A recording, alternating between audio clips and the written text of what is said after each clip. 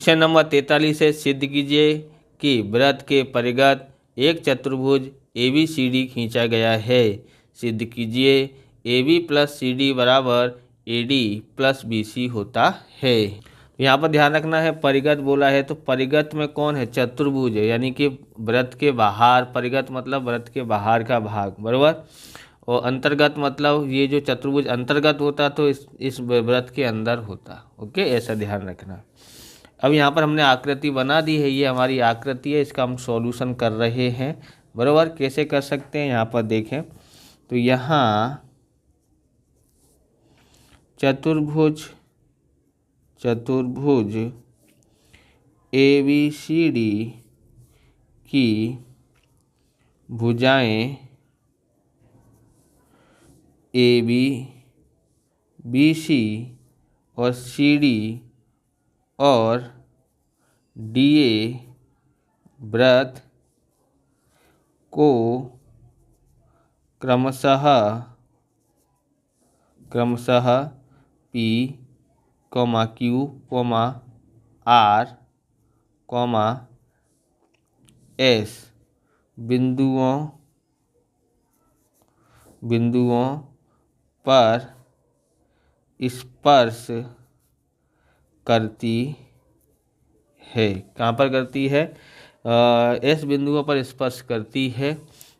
इसलिए AP बराबर क्या होगा, यानी कि AP जो है, यानी यहाँ से यहाँ तक का माप वो यहाँ से यहाँ तक के माप के बराबर होता है। AP बराबर AS होता है। ऐसे ही फिर हम लोग लेते हैं ये DS, यानी यहाँ से यहाँ तक का माप और यहाँ से यहाँ तक का माप दोनों समान होता है, यानी कि DS बराबर DR होता है। ये हो गया, ये इधर साइड तक हो गया, आधा हो गया। अब हम लोग लिखते हैं और लिखते हैं तथा यहाँ अब हम लोग लिखेंगे CR यानी यहाँ से यहाँ तक का भाग, यानी CR बराबर ये यहाँ से यहाँ तक, तो इधर साइड आएंगे यहाँ से यहाँ तक का भाग, दोनों कैसे होते हैं, समान होते हैं, CQ। ओके, उसके बाद और लिखते हैं, अब यहाँ पर आ गया QP या BQ बराबर BP, बराबर। इस तरह से लिखेंगे तो यहाँ लिखेंगे BQ बराबर क्या होता है, BP होता है। ये हमारा परिणाम नंबर 1 आया है। हमने कहाँ से लिया है, प्रमेय 10.2 से लिया है, 9.2 से। अब यहाँ पर लिखेंगे, यहाँ अब AB प्लस CD, क्योंकि इसने बोला है ना यहाँ पर प्रश्न में कि AB प्लस CD बराबर में क्या आना चाहिए, AD प्लस BC आना चाहिए। तो ये हमको में से AB इसके आधार पे से हमको क्या लाना है, AD प्लस BC लाना है। तो हमने AB लिया, यानी AB कहाँ पर है, ये है हमारा AB, और CD इन दोनों के बराबर में कौन सा क्या होता है, तो हम लोग इसका लेते हैं। AB हम लोग यहाँ देखेंगे तो AB बराबर क्या है, तो AB बराबर देखोगे ये है हमारे पास A और B। इस पर क्या क्या है, यहाँ से यहाँ तक AP है और यहाँ से यहाँ तक कौन है, BP है। तो यहाँ लिखेंगे AP प्लस PB। ओके, ये इसका हो गया है। ऐसे ही दूसरा है CD पे कौन कहाँ से कहाँ तक है, तो CD है BQ प्लस CQ, बराबर। तो यहाँ लिखेंगे क्या है यहाँ पर CD ये है, ये रहा। ओके, CD पे क्या है, CR प्लस RD या DR, तो CR plus RD। Okay, DR लिखो या RD लिखो। अब यहाँ पर देखेंगे, यहाँ पर AP बराबर क्या था, तो AP बराबर हमारे पास AS था। तो इसके जगह पर हम लोग क्या लिख देंगे, पहले कोष्टक खोल देते हैं, AP plus PB plus CR plus RD।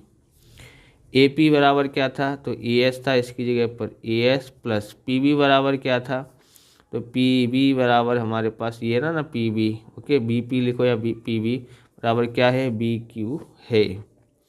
CR बराबर क्या है, तो CR बराबर क्या था, CQ था, CQ। और फिर क्या रह गया, RD, यानी RD मतलब DR बराबर क्या था, DS था, बराबर।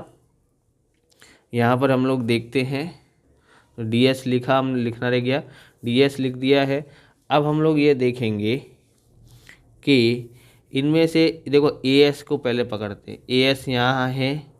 अब हमको इसके साइड में कौन है, ds है, बराबर है ना ds, तो ds है हमारे पास, हाँ ये रहा। तो हम लोग क्या लिख देंगे, as प्लस ds, ए और इसका उपयोग हो गया। ऐसे ही हम लोग देखेंगे बी क्यू कहाँ है, तो ये है बी क्यू, और फिर हमारे पास ये है बी क्यू और ये है सी क्यू, है ना, दोनों को लिख देंगे। तो B Q plus C Q. अब इन दोनों को कोष्टक में हम लोग लिख देंगे। अब देखोगे ना, देखो A S plus D S, यानी कौन सी भुजा आई यहाँ पर, ए डी आती है, प्लस इसी तरह से हम लोग देखेंगे यहाँ पर क्या था, बी क्यू था, सॉरी है B Q plus C Q, तो यानी कौन सी भुजा बनी, बी सी बनी। तो इस प्रकार A B plus C D बराबर A D plus B C होता है।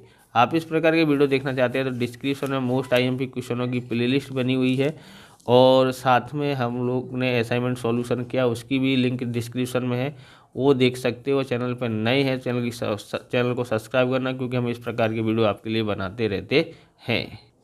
यह है हमारे पास 44वां, सिद्ध कीजिए किसी बाह्य बिंदु से किसी वृत्त पर खींची गई स्पर्श रेखाओं के बीच का कोण स्पर्श बिंदुओं को मिलाने वाले रेखाखंड द्वारा केंद्र पर अंतरित कोण का संपूरक होता है।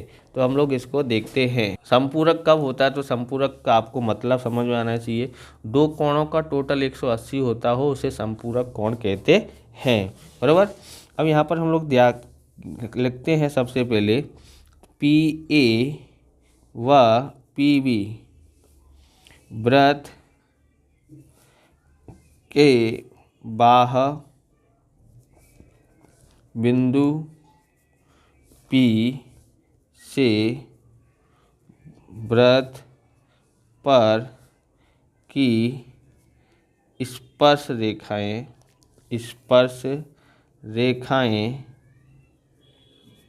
रेखाएं हैं, क्या हैं, वृत्त की स्पर्श रेखाएं हैं। वृत्त का केंद्र ओ है, वृत्त का केंद्र क्या है, ओ है। तो वृत्त पी ए व पी बी वृत्त के बाह्य बिंदु पी से वृत्त पर स्पर्श रेखा है। तो यहाँ पर देखो ये हमारा पी बी, ये है पी ए, बाहर का बिंदु है बिंदु ये, इससे स्पर्श रेखा खींची तो ये स्पर्श रेखा है, और ये हमारा स्पर्श बिंदु ए और बी है। इसका केंद्र क्या है, ओ है, ओ लिख देते हैं यहाँ पर, केंद्र क्या है, ओ है। अब हम लोग यहाँ पर देखते हैं, यहाँ पर क्या देखेंगे, यहाँ पर देखेंगे अब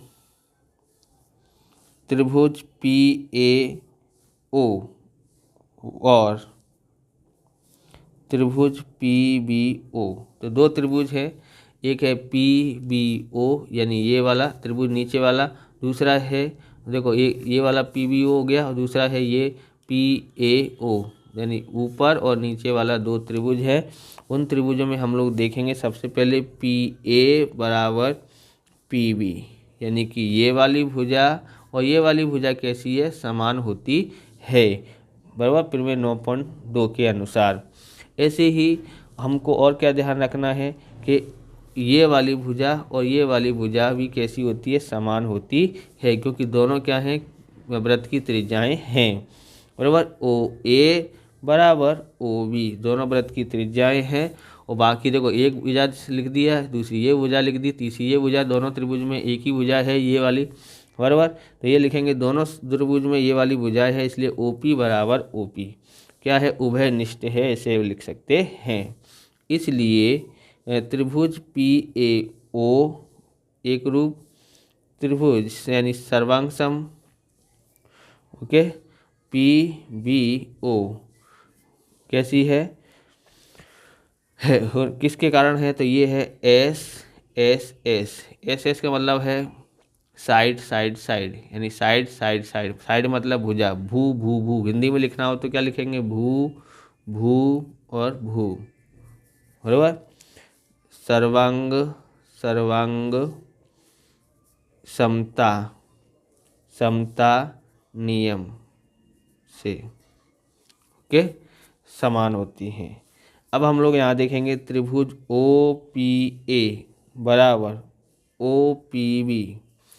अब यहाँ पर देखोगे ओ पी ए ये वाला कोण इस लाइन में यहाँ पर देखोगे ये वाला कोण और ये वाला कोण कैसे होंगे, समान होते हैं। इसके लिए लिख दिया है किसके अनुसार, सी पी सी टी के अनुसार ओके। तथा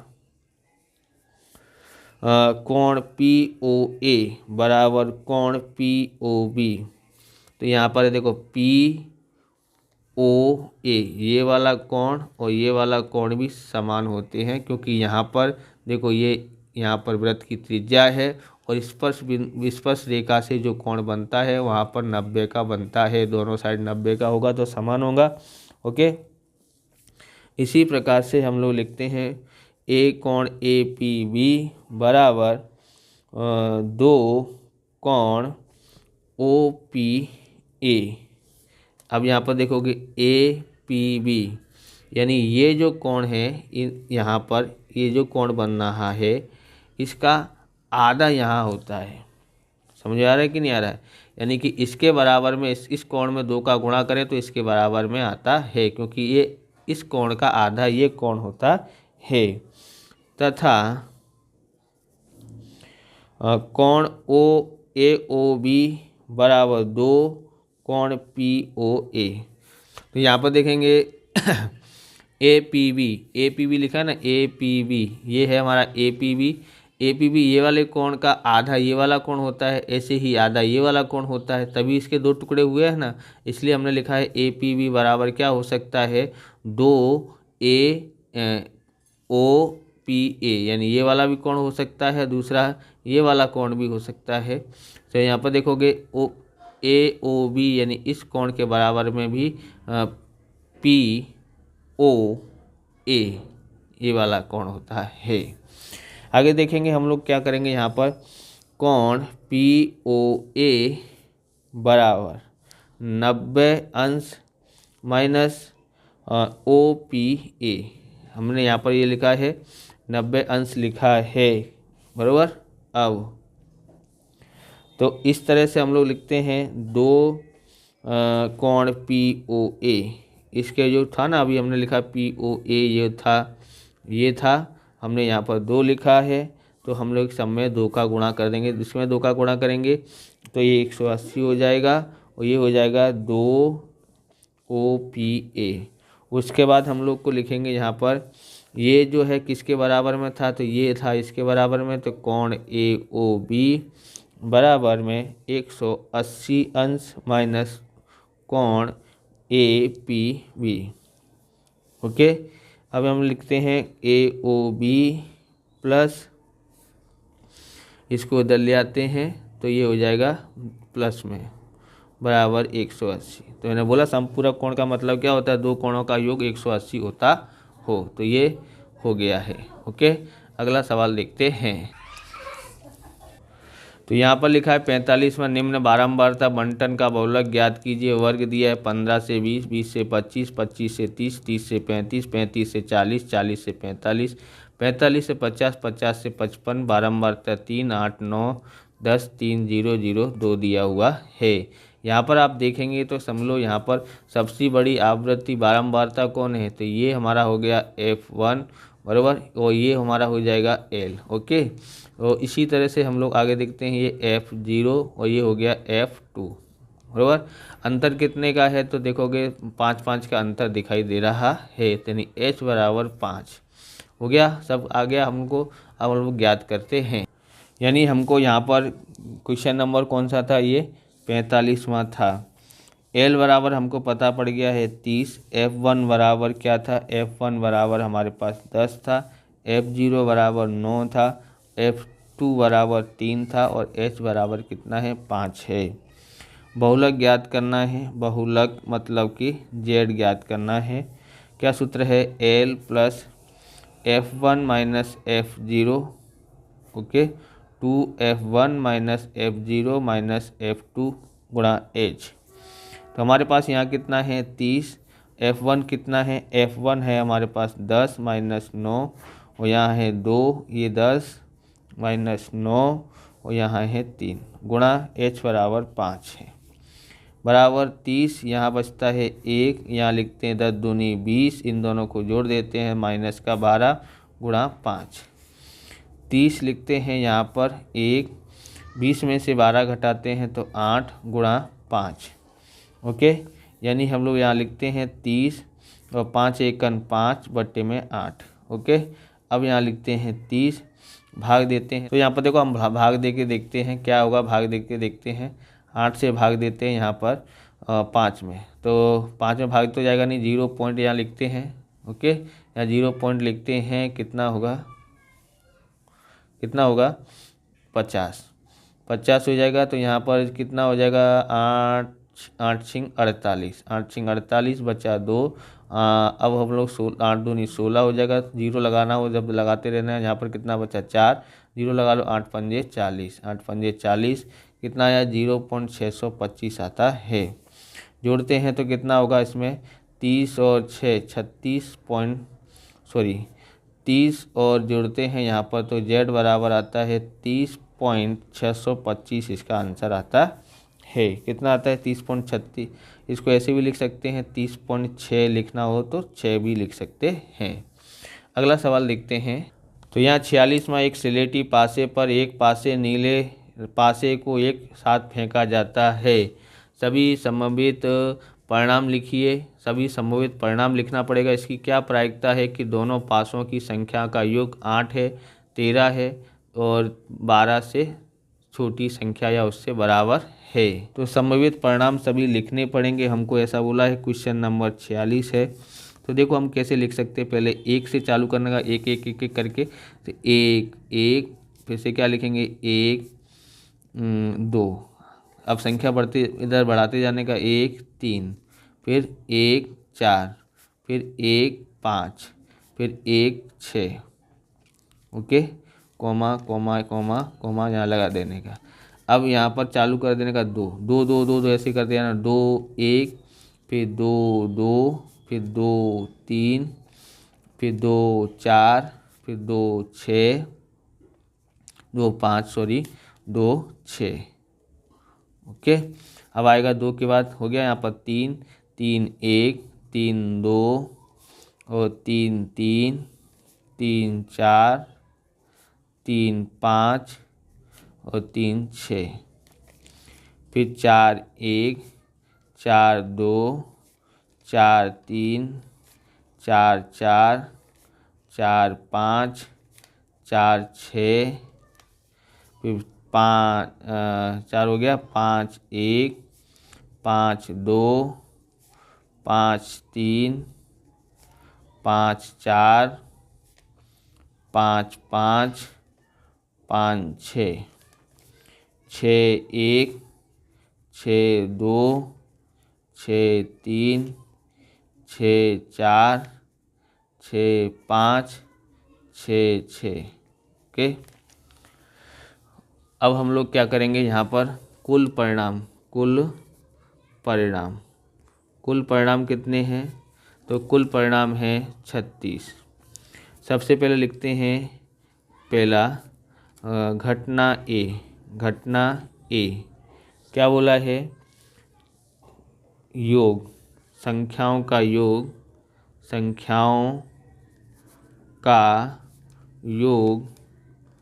8 हो। तो कौन कौन सी संख्याओं का योग 8 हो सकता है, ऐसी संख्या हमको यहाँ पर खोज के लिखनी है। तो यहाँ पर देखेंगे 8 ये हो रहा है 2 6, और कहाँ हो रहा है 5 और 3 5 3, और कहाँ हो रहा है 4 और 4 हो रहा है, और कहाँ हो सकता है 5 3 होता है 5 3, और कहाँ हो रहा है इसमें हो गया 8 का टोटल होता है 6 2। यानी घटना ए के परिणाम कितने हैं, घटना ए के परिणाम बट्टे कितना है 1 2 3 4 5, कितने हुए हैं 5 होते हैं। ओके, तो यहाँ पर लिखेंगे पी ए बराबर घटना ए के परिणाम बट्टे में कुल परिणाम। घटना ए के परिणाम कितने हैं? घटना ए के परिणाम हैं 5, कुल परिणाम है 36, बराबर। दूसरा याद कर रहे हैं घटना बी। घटना बी कितना है? 13 से 13 है, यानी कि योग जो है ना वो 13 हो। तो यहाँ पर देखो योग दिखाई दे रहा है, योग नहीं दिखाई दे रहा है, 13 12 ही है अधिक से अधिक। तो लिखेंगे पी ए बराबर पी बी घटना बी के परिणाम बट्टे में कुल परिणाम। घटना बी के परिणाम कितने हैं? तो घटना बी के परिणाम है हमारे पास यहाँ पर 0 बट्टे में 13, तो कितना आता है? 0 आता है, बराबर। असंभव घटना है। तीसरा घटना डालते हैं सी। क्या बोला है? योग 12 से छोटी हो या उससे बराबर हो। तो सब 12 से छोटे हैं और उसके बराबर है, यानी कि 36 के 36 आते हैं। तो पी सी बराबर घटना सी के परिणाम बट्टे में कुल परिणाम। तो घटना सी के परिणाम हैं कितने हैं? घटना सी के परिणाम है हमारे पास यहाँ पर 36 और कुल परिणाम है 36 सेकंड 36, कितना आता है? 1।